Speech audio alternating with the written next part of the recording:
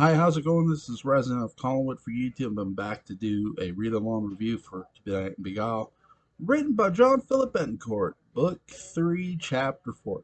I have to watch that sometimes. Sometimes I look at that wrong, but I'm not looking at it wrong today, which is good. A monster sleeps, a monster wakes. Early morning sunshine glistened on the sea, reflecting into the sky like diamonds gathering in clusters on the white caps of the ocean's surface. The sky was clear blue in tone and had clusters of rogue autumn rain clouds floating above the village of Welshport village that was bustling. In town, Constable Gregory Rains went over the Lord Evans case with his new deputy, Philip Braga, who came into the office looking tired and worn out. "A long night?" Rains asked, pouring him a cup of coffee. Philip shook his head and took the coffee into his thick hand, grabbing it as if it had a rejuvenating elixir that would bring him back to life. "Too long," Philip said, still uncertain of what happened between Sebastian and himself. "I've looked at the files and I've come to two possible suspects that may have taken upon themselves to take out Jacob Lord," Rain said, plopping a file on the desk in front of Philip. "Down to two so soon?" Philip asked. "I work fast, Deputy Braga. I don't have time for a murderess to roam free on this island," Rain said. As Philip reached for the file, Matthew Winterbourne entered the office. "Constable, Mr. Winterbourne. Good morning. What can I do for you?" Rains asked. "I have this slip for you to sign off on. Hope Hospital and the coroner's office requested my fleet's assistance in transporting a coffin to Philadelphia, but they won't let me go unless you're okay with it." But Matthew explained before finishing his sentence when being interrupted by a surprised Philip. "Coffin?" Matthew looked over to Gregory Rains to answer. "It's Evans. He was killed last night in the park. The same person who shot Jacob shot Evans." "My God!" Philip exclaimed. "We've released the body to his family in Philadelphia, and it's to be accompanied by a nurse to meet them at the docks for a proper burial," Rains replied. "That's what I was getting at," Matthew began again. "This nurse that was to accompany my fleet never showed. We were told she took the body herself to the family, and the hospital let her. So I won't be needing your signature," Matthew explained. "She just took Christian? Just like that?" Philip wondered. "The coroner said she was qualified. I don't know. I didn't ask questions," Matthew replied. "I think I know who the nurse is." "Well, it doesn't matter now as long as he's in the right hands and that he gets to his family," Rains answered negligently. "I'm pretty sure I have enough evidence at least whittle it down to just two people in the file as the killers. I won't need Christian's body any longer," Rains said. "You're already that close?" Matthew asked as Rains nodded his head yes. Philip turned his face back to the file and opened it. The words on the page made his stomach drop and his heart seemed to stop. For a second he reread the second name on the page, Celeste Devaney. "This is wrong. You can't believe Celeste is responsible for this." "Why? Why would she?" Philip asked. "My first instinct was Rebecca. From what I've heard, they've had a contentious history. If they are mother, Even if they are mother and son, she has seemed quite frustrated with his antics for years." "She may or may not have capped her kid." "No, she did. I don't think she did. Other witnesses say they saw a woman matching Celeste leaving Terramore around 11 p.m. soon after Jacob's outburst and attack on Evie. She also had motive," Rain said. Witnesses? What witnesses? And what motive? Philippe wondered. Mr. Winterbourne, thank you for letting me know about the transport, but we'll be discussing this case and it's all quite classified. I'll have to ask you to leave, Rain said, even though one of his suspects had already been divulged. Matthew nodded and smiled, then looked over at Philip, whose face had fear all over it. For what it's worth, Philip, I think she was trying to do us all a favor, Jacob, Matthew said before. Paul Kersey would love Matthew. Uh, Philip waited for Matthew to leave, then threw the file at his new boss, Rains. I took this job as your deputy, Gregory, because I thought I could help you get to know the town and have people to trust this department again. But now you're just going after red herrings, Philip scolded. There's more to Celeste than you know. I told you she had motive, Rain said. What motive could she possibly have? She was with me last night, Philip replied. All night? Rains asked. Philip knew there was the window of time before she came home from Terramore, but said nothing. Well, what about the second person, Rebecca? Why have you decided she isn't the real culprit? Philip asked angrily. Because when I compiled the list of suspects, I got all their alibis, and they were all accounted for, including Rebecca, Rain said. This doesn't seem real, Philippe said, putting his hands to his forehead. Rebecca spent the better part of the night with Charlotte in Terramore Chapel praying. You know as well as anyone how devout she is, practically a nun, and if you think Charlotte could have done it, you're crazier that Christian ended up, he added. This makes no sense. Why? Why would Celeste do this? Philippe wondered. What possible motive could she have? He gave her a job and Christian was her friend from childhood. Again, son, there's a lot to your love and her family ties to the Lord's that you should ask her before we arrest her, Rain said. Arrest? Philip exclaimed. Gregory only lifted a brow unemotionally.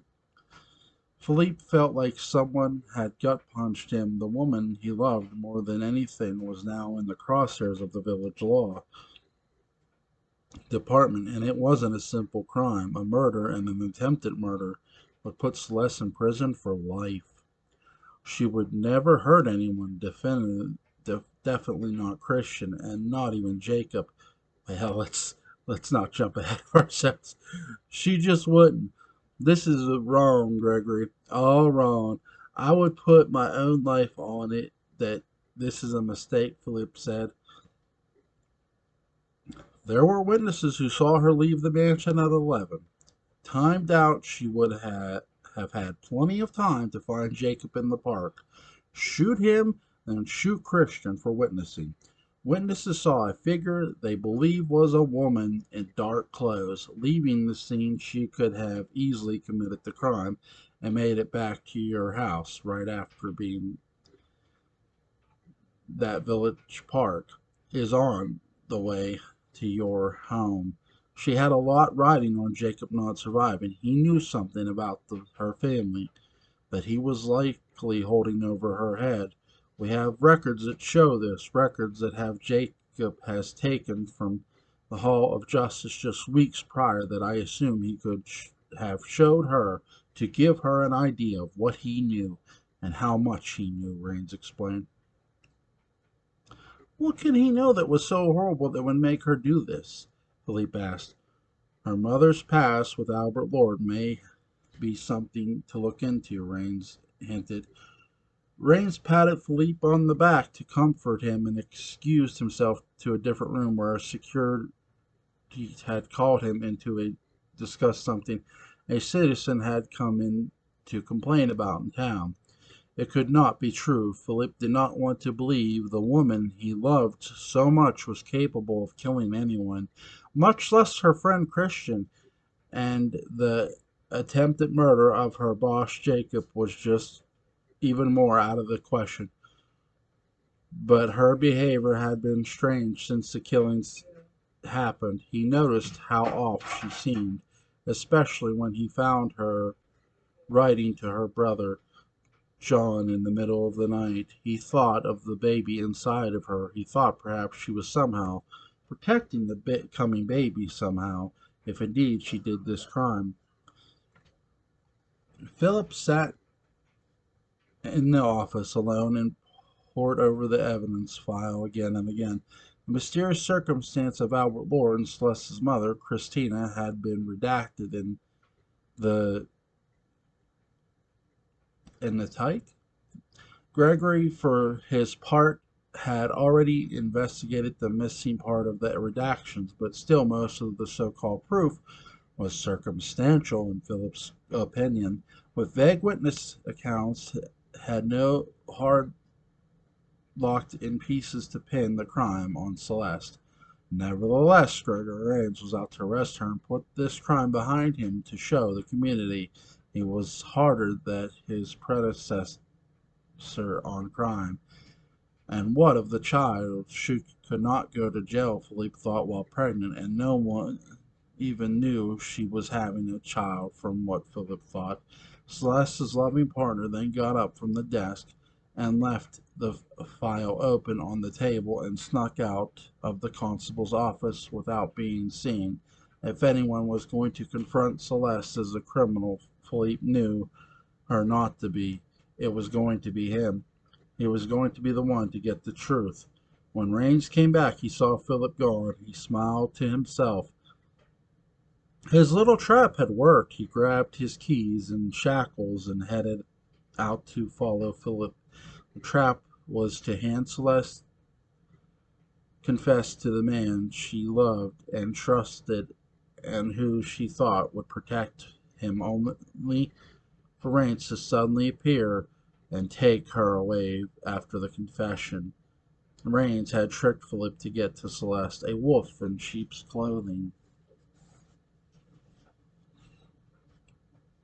A large passenger cruiser en route from Liverpool, England, had docked in the middle of the Atlantic for a cargo pickup in the Azores Islands. There, the only pick up extra passengers, but also exchange precious cargo that would, or sorry, not only that would be going from the island to the mainland U.S. One specific passenger on board who came from England stood in the bow of the ship. She listed the other smaller ships, while their foghorns in the distance as they embarked on their own journeys into the great blue mysterious sea. She watched as a busy port sorry, a small Portuguese island bustled with activity as her ship's crew moved large crates on and off the ship. She removed her soft hat, and her long, tight brown hair flew in the salty air. She could taste the salt on her lips. She could feel the cool breeze kiss her skin. She felt free. She felt finally a sense of relief that she had made it this far. A few hours later, as the large English carrier finally raised anchor and set off for the rest of the journey to America, the woman once again made it to the edge of the bow and stood there with her hair flowing in the wind over the Atlantic. She smiled and smelled the wet air as it once again whistled briefly sea shanties into her ear. The sun was beginning to set over the horizon. The orange and pink sky glowed in her eyes. She reached down into a small brown satchel that she had brought with her to the bow from her cabin and removed a silver and gold urn. On the urn were the initials RCJ, Robert Calvin Jordan, Evie and Nicholas's father. The woman was their mother, Aurora Mason Jordan, freshly widowed and headed to meet up with her two children. Aurora took a deep breath, the wild wind still spinning all around her, getting more and more powerful as the ship got further and further away from their last stop. Once she felt safe enough, Aurora opened the lid and the urn and tipped it over, emptying of Robert's ashes into the sea. There, my sweet, you're free too, Aurora said as she watched the ashes fly into the wind and lands gathered on the ocean surface. And one day, Aurora added, you can forgive me for what I did. Aurora was headed to Welshport to reunite with her children, alone in hopes all that her secrets and skeletons would stay in London forever. The crows circled a large patch of birch trees mixed with thick, giant, noble fir trees. In the western ridge woods within the Terramore Forest, Lockwood Thicket, the former cabin owned by Rebecca's family, the Lockwoods was a warm, cozy place where Sebastian and Evie could be alone, away from prying eyes of the Lord family. The cabin soon became a place for Sebastian's solitude and safety. He wanted to be nowhere else but in a small, secluded cabin where he and Evie finally reconnected after he freed her from Wincliffe Sanitarium. On this night, the two were together again, locked arm in arm, embracing on the small bed by a roaring fire. Just after they had shared dinner, they were so much in love, their souls tied together at their wedding, despite the tragedy that had unfolded when Mary shot Sebastian, and despite Evie having a brief relationship with Christine while Sebastian was presumed dead. All of that history finally had seemed like a long, terrible dream they had woken up from, but in truth it was just a precursor to dramas and nightmares to come.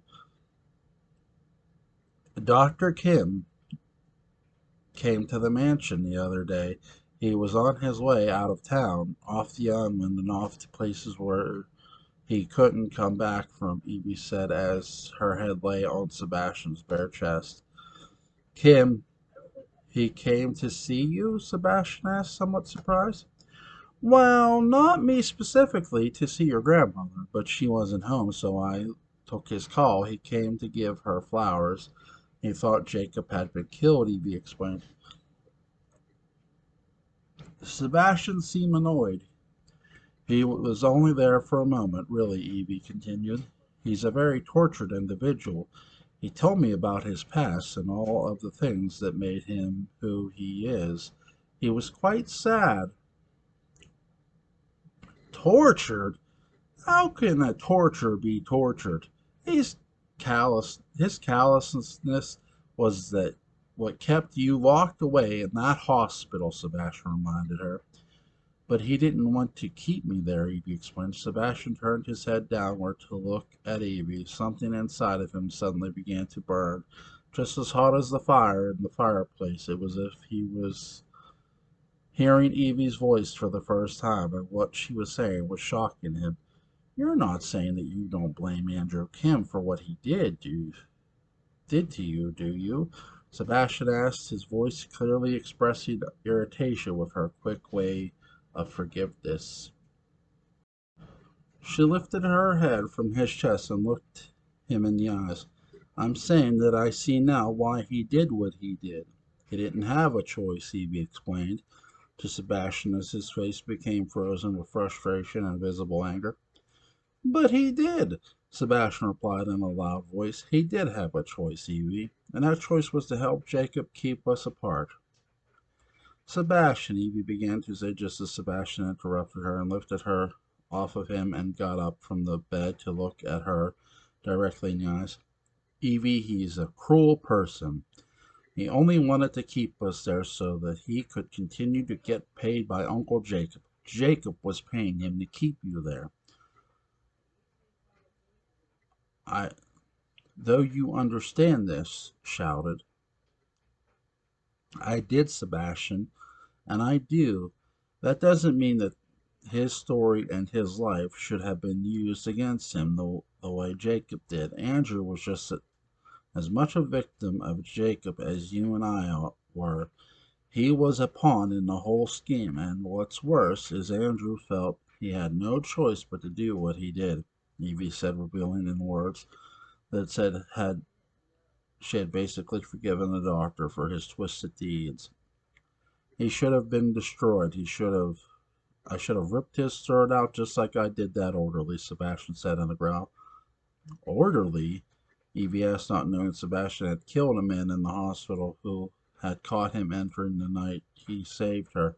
Sebastian didn't say a word. Did you hurt someone at Wincliffe? He said nothing again. Answer me, she shouted. I had to. He saw me and Georgina in the halls, and was about to call security. I had to make sure he didn't ruin my plan to get you back. So you killed him. There was no other way. You just decided that ending his life was the best action to take, Evie explained. Evie replied, outraged.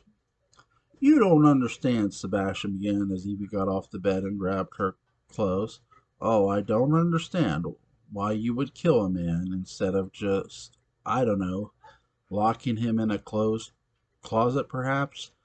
But you don't understand how I could forgive a person of their misgivings. Tell me, Sebastian, should the same rule of thought be granted to you? Should I not forgive you for killing someone just as I shouldn't forgive Andrew Kim for being forced to keep me in the same hospital? It's hypocrisy, she replied, as she put on her coat and began to make her way to the door just as Sebastian grabbed her arm and pulled her back. Evie, Sebastian shouted. She screamed with pain as her arm was locked in his grasp.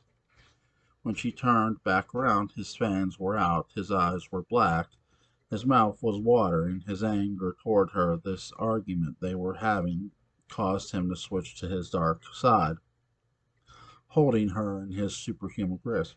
She gasped at his appearance. You're hurting me, she said softly. You are not leaving, he growled. Let me go, Sebastian, she scolded. Her her voice, angry and strong, pierced his mind. He suddenly saw that he was doing with the eyes and mind of his non-monster side. He quickly released her from his tight grasp. He began to rub her arm, hoping the pain would subside. I'm sorry. I'm so sorry, he said, falling back on the bed, sitting and facing her. His glistened bare torso, sweaty with anxiety, sparkled in the fire. I don't know what that was, but I never want to see it again. You have to promise me that you'll never be like that again, she said, sitting on a chair directly across from where sat on the bed. I don't know how it happens. Sometimes I feel angry, or when I'm scared, my mind goes black, and all I can think of is hurting someone, or I don't know. I don't know where it comes from, he said. She thought about his words. They stunned. They felt like he was not able to control himself, even with her in the room. He frightened her to her core. She took a deep breath and slowly got up to the chair and came closer to him, one step at a time. Almost as if she were afraid, he lunged at her. She knelt down next to him. She put her hands on his knees and looked at him with innocence that made him begin to weep. He started to run his fingers through her long, light brown hair that went all the way down her back. He was shaking. The fire still burned and brightened the sweat droplets on his body. Even with me, you can get that way. Even with me, someone who loves you so much unconditionally, you can become like that. How? What can we do to fix it? She asked as she rested her head on his knees. I don't know, he said through sniffles. We have to find out because I don't see how I can make it through with you if you try to hurt me, she replied. He moved her head from his knees and knelt on the floor with her. He entered, collapsed his hands with her knees, and pulled her close to kiss her passion on the lips, gazing into his eyes for a split second. I would never hurt you. I swear to God Almighty that I, Sebastian Lord, would never hurt you, he said with true sincerity. But you already did. You grabbed my arm and hurt me. Had I fought you back, What would have happened? Would you have killed me? She asked in a word, worried about the answer. No, never. I wouldn't even think of that, he replied. Evie smiled, but she wasn't sure if that was true. On a small conversation about a person he did not like, Sebastian exploded and let his darkness overtake him. He became a creature that she did not recognize as the man she loved. Inside her heart, she knew what he was. She understood all the dangers that could come along taking him in as her husband again, no matter what he really was. But at the same time, she always thought they were, or sorry, they were, no, that there would be never a chance he would do something to her. The woman had loved just as much the woman had found trapped in a mental hospital had saved her. She believed with all her heart he would not do that because he actually did. Or sorry, before he actually did.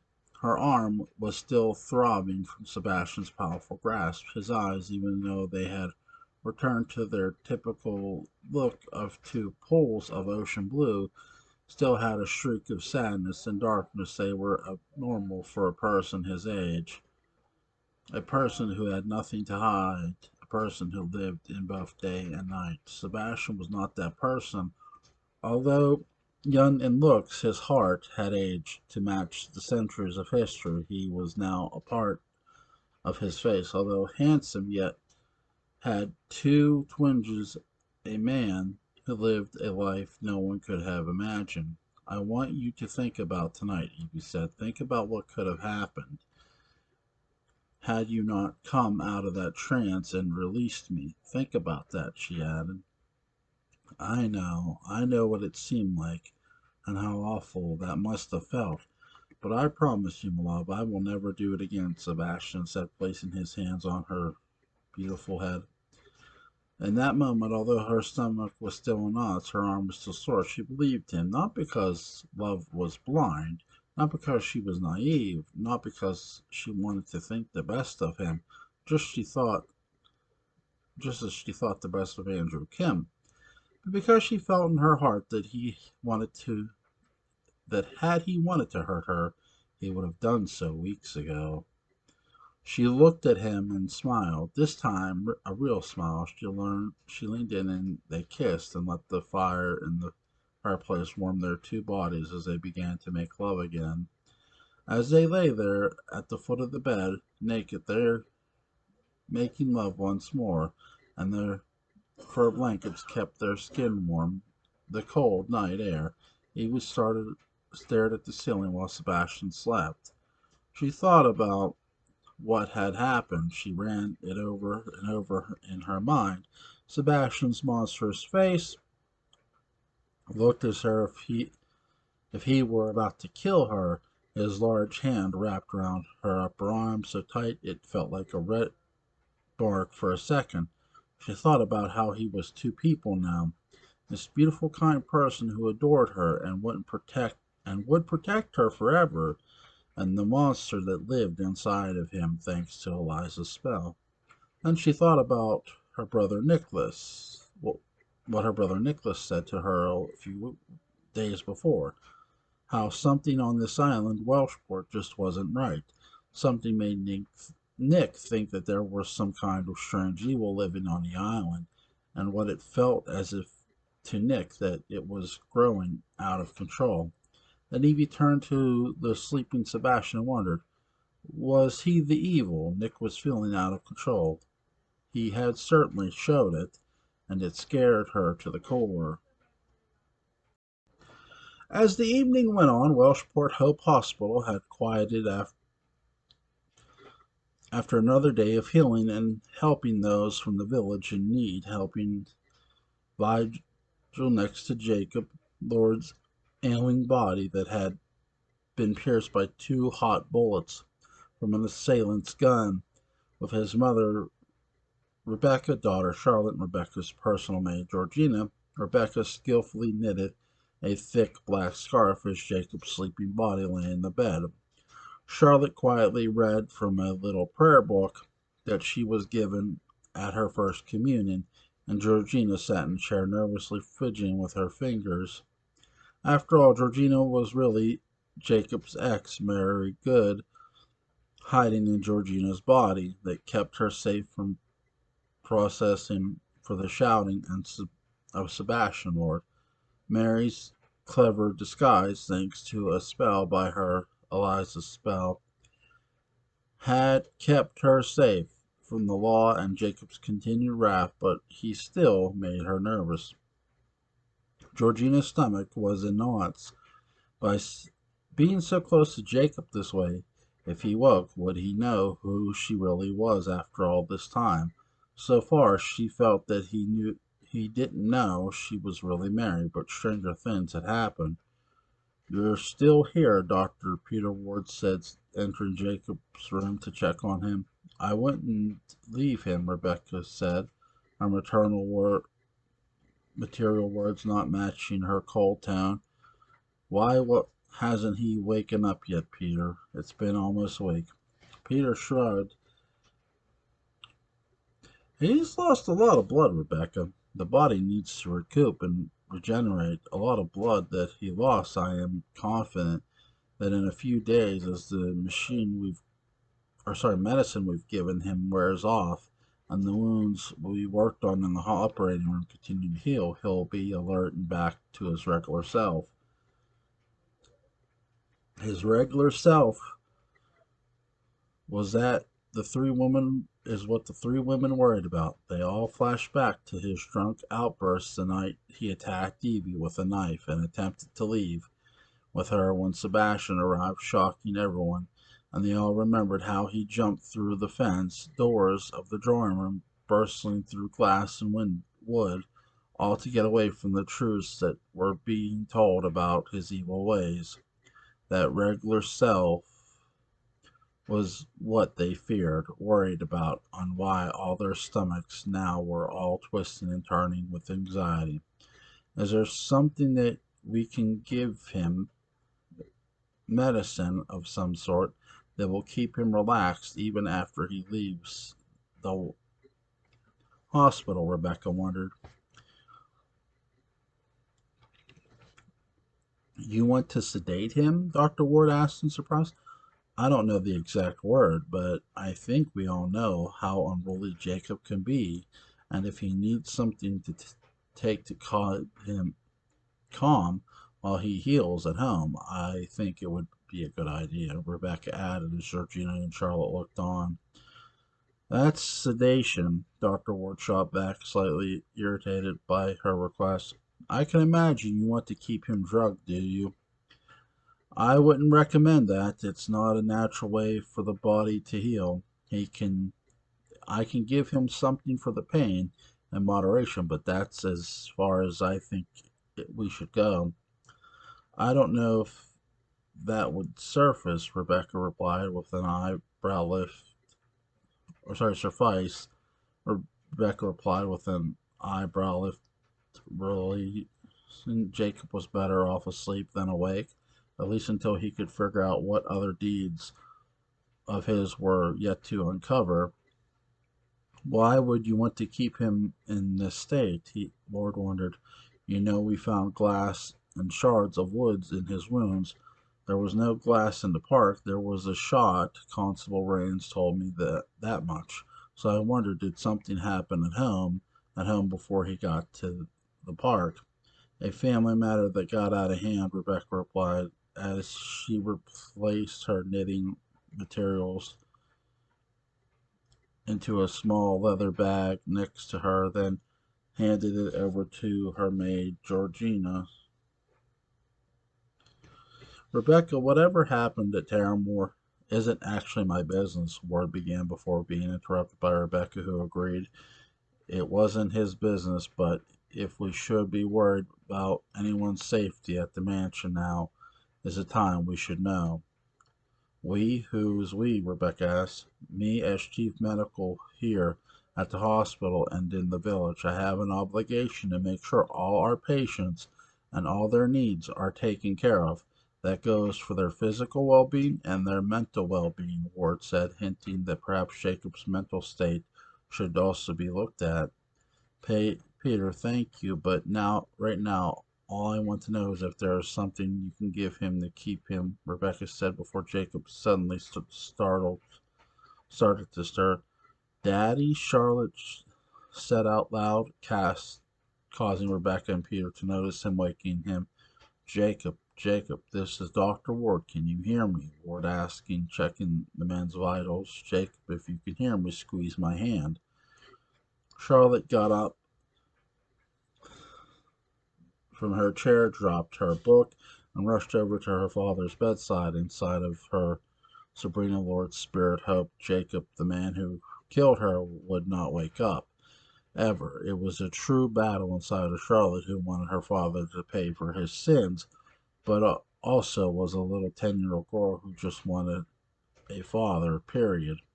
Daddy, wake up, Daddy, Charlotte said softly, putting the back of Jacob's hand. Charlotte, honey, come away from there. Let Dr. Ward check him over, Georgina said, pulling her daughter back from Jacob's bedside. Dr. Ward continued to check over Jacob, listening to his heartbeat that felt strong, listened to his breathing that also felt strong. None of these vitals had changed. He lifted the lid of the right eye, and his life and the pupils were working correctly, contracting and expanding with the entrance of the dim light of the hospital bed. Then he started to mumble and opened his eyes on his own. Jacob, Rebecca said softly. He mumbled a word that resembled mother as Ward called for a nurse to telephone over the constable's home and call him to Hope Hospital. Jacob, you were shot. You've been in the hospital for a while now. Try to stir too much because your wounds are healing, Ward explained to Jacob. Jacob continued to attempt to speak. Save that now, Ward said as he looked over to the three women who seemed too nervous and uncomfortable with Jacob's sudden revival. Save what you have to say for Constable Rains. Do you think he wants to tell us who shot him? Georgina asked. I want him to say whatever he wants to tell us for Rains, Ward repeated, sternly, as if it was clearly evidence for the crime of Jacob's attempted murder and murder of Christian Evans. I think we should see what he knows, Rebecca said, surprising Peter Ward. Rebecca, Peter exclaimed. We have to wait for Range. Jacob is a witness to his crime. We have to preserve that knowledge. And Jacob, rebuffing everything that was happening around him, opened his mouth. What happened? What happened? He asked to everyone's shock. Jacob, stop, Ward explained. You don't remember? Rebecca asked in shock. Jacob shook his head. No. I don't know, Jacob replied. What happened? He asked again. You were shot. You were shot, Jacob. Do you remember who did it? Georgina asked Peter, and how Rebecca's furious facial expression shocked Jacob, murmured, I shot. That's right. You were shot. If you remember anything, Jacob, please wait for Consul Brains to come to so you can tell me what you know and what they can arrest the person that did this to you and Christian. Ward explained. I don't remember anything, Jacob said, stunning everyone in the room. The memory of that night, the shooter's identity was gone. Frustrated with the women for pushing Jacob into that mind space so soon after waking him his brief coma, Dr. Ward cleared the hospital room so that he could examine Jacob in private. The three women were ushered into a small waiting room painted light green and plenty of plant seating, a calming mood for families. The two large windows overlooked the village below, the hill that the hospital stood on. Rebecca stared out the window into the dark of the village of Welshport with her arms crossed, wondering what was going to happen next, and if Jacob's lack of memory would be temporary or perhaps better for everyone, permanent. Sitting alone while Georgina went for coffee, Charlotte's mind was abuzz with Sabrina's ghost thoughts. This could be a blessing, my sweet Charlotte. This could change everything, Sabrina's voice said, echoing in Charlotte's mind. How? Charlotte replied in her mind to the ghost living inside of her. If your father is truly lacking the memory of what happened to him, perhaps he's forgotten much more. Perhaps now we can restrain his evil mind to good. Or sorry, retrain. We wouldn't have to hurt him. We could actually save him, Sabrina said emphatically. And maybe even he will be a better daddy to me, to the baby Celeste will have, Charlotte said. Nothing she was aware of Charlotte's so far secret, or sorry, Celeste's so far secret baby. That's right. This is a window of opportunity that we should not miss. We can make him a better person, much better now that he's a clean slate, Sabrina said again. Charlotte smiled at the idea that her father was finally going to be a good man, or at least that was her hope. It was a silver lining she had always wished could come from such a dark part of her life. Dr. Ward finished his examination and went off into another room, where he'd gather a few things to finish up cleaning Jacob's healing bullet wounds. As he lay there staring out of the window of his hospital room into the dark night, Georgina walked in.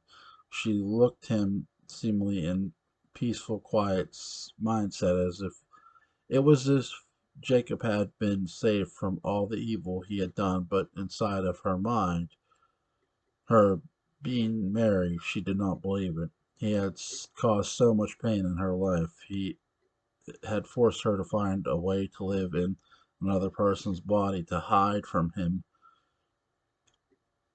the crime she committed for him. She wanted him dead. Georgina walked over to him, and he turned to her and smiled. Thank you for being there, he said kindly. She did not say a word. Thank you for watching over my child. I only wish I could have been there for her instead of being in this bed. I'm sure she was scared, he added. She just stared at him. He had no idea she really was his ex Mary, and had no idea what he had done to her, to his daughter, to Sabrina, to Evie, to Sebastian. He had no idea, none. He was truly a clean slate. Georgina then forced a smile and then unballed her fist and said, Of course, sir. He smiled at her and reached for her hand and squeezed it. Everything's going to be okay. I really hope so, he said to her, feeling happy that he could speak again. Georgina felt the warmth of his hand. She felt a twinge of sadness pop up in her. Why couldn't this handsome man, a man she fell in love with when he was in her own body, a man who she had a child with, why did he have to go? Why did he have to turn so cruel? Was this truly a new page for Jacob? Was he now going to live his life out of the best way possible? Georgina excused herself, and she had yet to bring back the coffee, Rebecca leaving Jacob in his own bed. He stared out the window again and smiled at his own reflection evilly. So that's the read alone. I gotta go back up. So Jacob's trying to play the goody good. He's trying to deceive everybody. I am curious. There's a lot of things I'm curious about. I do think, and I'm going to make a prediction. I think the doctor, or not doctor, nurse Hoffman took Christian's body. Could you imagine? You're a fleet. Hey, you got to pick up a dead body. Coffin. And no, you don't know more. That's some cold shit. That really is. That's like, we don't have to get the body no more. But I think it was Nurse Hoffman. I am curious to see what Jacob's going to do because Dr. Kim has left. You got this Hunter dude that's out there. It's, oh God. Jacob thinks he's got problems. There's a whole other set of problems with that person. But we'll see what happens. Really, really good. Go check this out. Link's going to be in the description box. Have a good day.